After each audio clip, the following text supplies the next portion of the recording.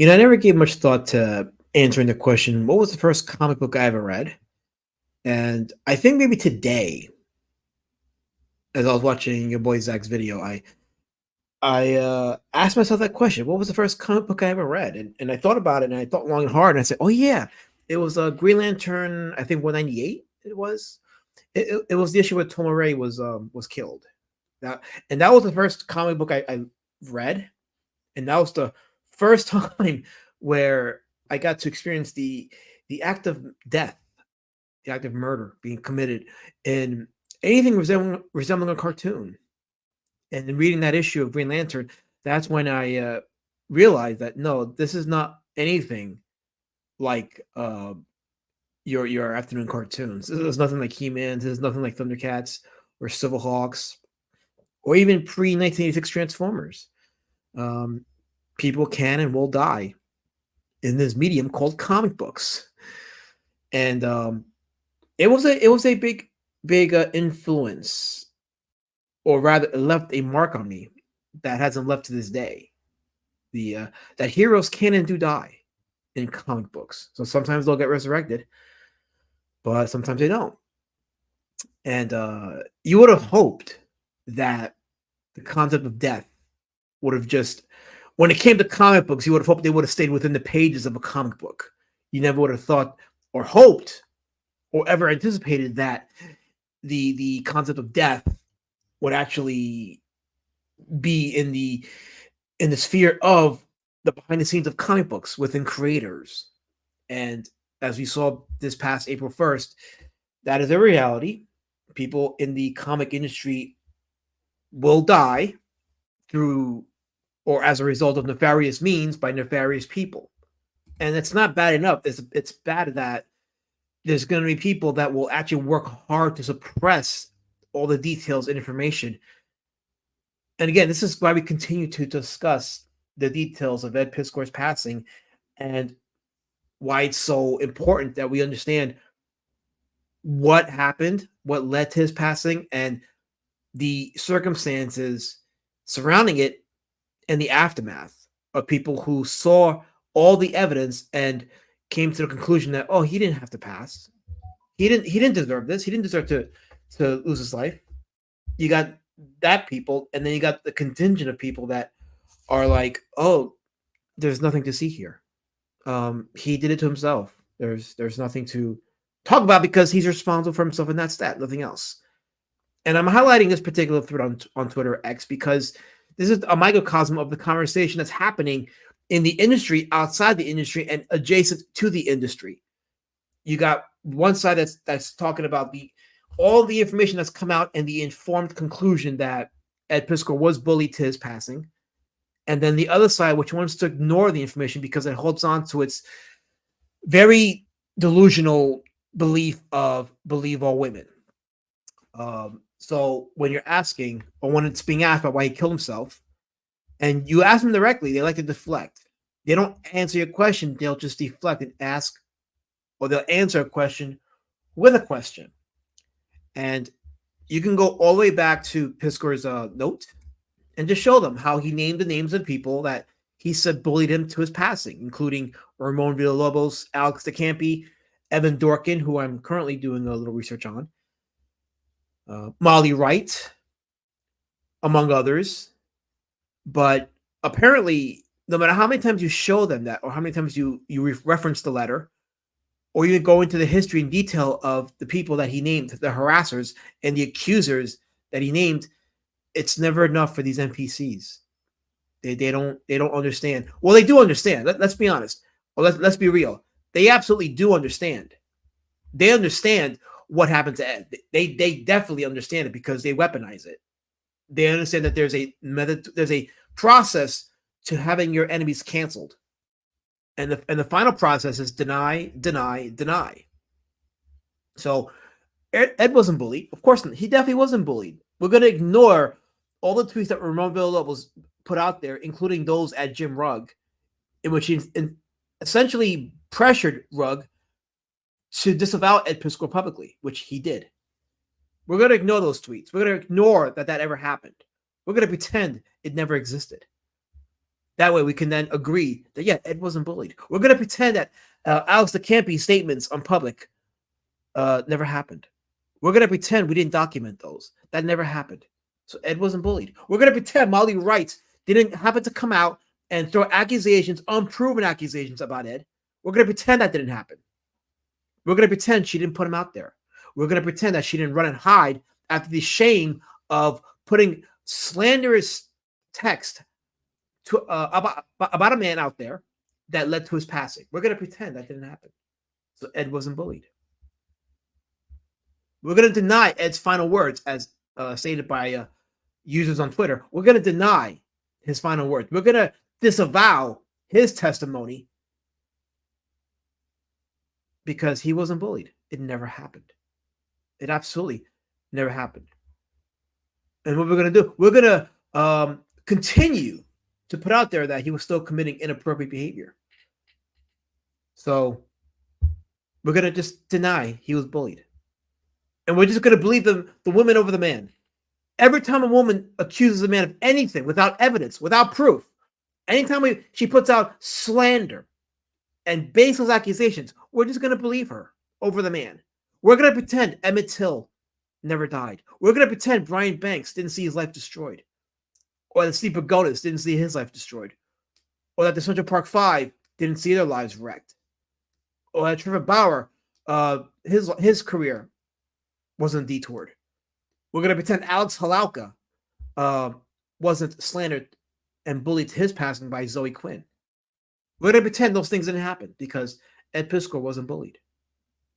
We're going to pretend that all the circumstantial evidence that indicates the contrary didn't happen because Ed Piskor wasn't bullied. He did a bad thing. What was the bad thing he did? It was something inappropriate. What was the inappropriate thing he did? Believe all women. Just believe all women. Hey, you ever heard of trust me, bro? Well, trust me, sis. Trust the sis. Trust Helen of Troy because Ed Piskor wasn't bullied. And we'll just throw passive-aggressive tweets like, oh, no, nobody's glad Ed Piskor is dead, but he was inappropriate and he killed himself and that was all his responsibility. So, oh, well, but nobody's glad he's dead because he wasn't bullied. It never happened. He was inappropriate. It never happened. So, therefore, it's all on him. It was all in his head. He created his own circumstances. It's all on him. He's responsible for Ramon Villalobos' racism and Alex DeCampi's psychotic, passive-aggressive insensitivity regarding the Piskor family, or her weird tweets about 12-year-old boys. No, that Ed Piskor is responsible for all of that. He's responsible for all of it. That note he wrote should just be discarded. Absolutely discarded. Totally just thrown aside, disavowed because he wasn't bullied. He absolutely wasn't bullied. And it's important for you men, and I'm talking to the men, it's important for you men to understand and realize this industry doesn't cater to you anymore. At its peak, it was pure celebration of masculinity, aspiration, and inspiration. Those days are gone. And I've talked about that in my previous video with Dan Buckley. And I said it, that those people that he pushed away, that Marvel and DC pushed away, those people aren't coming back. They're not coming back. They're done. They're absolutely done. They're not coming back. And there's nothing that you can do to bring them back outside of just resetting, a great reset in the comic industry, getting rid of people that hate masculinity, that hate men, that disavow normal male-female relationships and disavow heterosexuality. Get rid of those. You got to get rid of those people. Get rid of those that want to remove any necessity for the importance of male, the patriarchy in comics, strong masculine men. Stop rewarding these writers. But that won't happen because that would take a lot of eating of crow by the Buckleys of the world, by the Kevin Feige's of the world, who's now lamenting the recent direction that Marvel has gone and the changes that got to be made because they got to bring back the people that they've lost. But it's not going to happen because you're not addressing the problem. You think that putting out too much stuff is the problem? No, too much stuff is not the problem.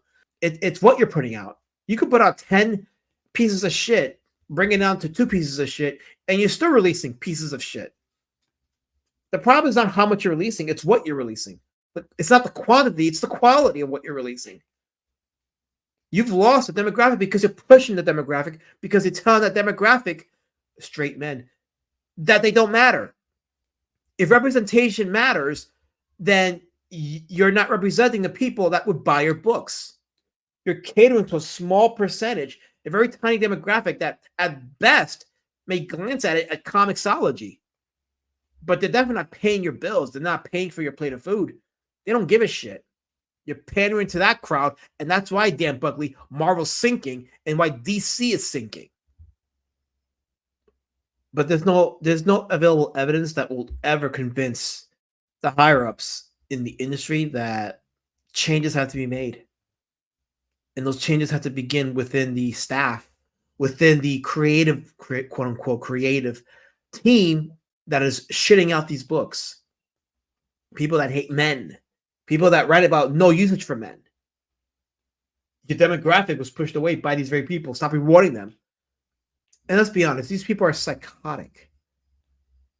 They're brain damaged. They're people filled with trauma, broken spiritually, broken in the mind. And you're trusting them to write books catering towards who? Again, that's what percentage is in buying your books. It's the larger demographic of straight men, heterosexual men, who started off as young boys reading these books.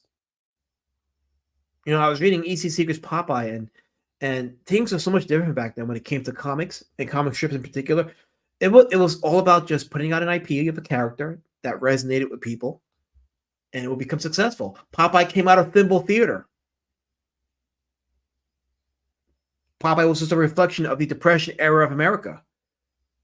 Rough and rugged, but also very naive. And he would sometimes solve his problems with a few fisticuffs. But people related to the character. They related to Popeye. That's why Popeye would grow to be massively successful enough to get his own cartoon series from Fleischer, and then through Paramount, and then Famous Studios. You have to cater to that large demographic. And the large demographic in this country is still straight men in terms of who are you trying to get to buy these books? Who are you trying to get to support the comics? Well, it's the very demographic that, in the eyes of these psychotics, have no value in human life. They have no sentience. They're just there. They better do their job, because if not, and they step out of line, well, if you die, you die, because we're just going to believe all women.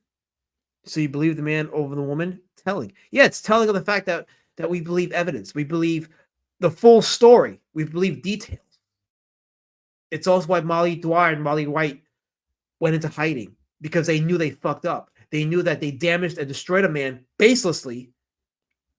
And the moment they step out in the spotlight, they're going to have to face immense consequences, financial consequences, consequences to their name. And they should be shamed, because we need to protect our men in the industry, and the few remaining men, I should say. Because I don't think that there are that many men in the comic industry that really care about the sanctity of masculinity and the value of the patriarchy in society. So yeah, believe all evidence. Any woman that comes out and says anything, always question it. Always question it. Because it isn't worth destroying an innocent man's life. It's absolutely not worth destroying an innocent man's life. Always stay questioning it and protect the pillars of our society. And don't buy or patronize anything that deconstructs the pillar of our society. Don't fund the things that hate you. Don't fund the propaganda that diminishes you, that demeans you. Let it die in the ether world. Let it rust. Let it crumble to paper or crumble to dust. Just let it go. Let it die out. Put your money and invest it in all-time classics or in good independent works that seek to inspire and make you aspire to some greatness.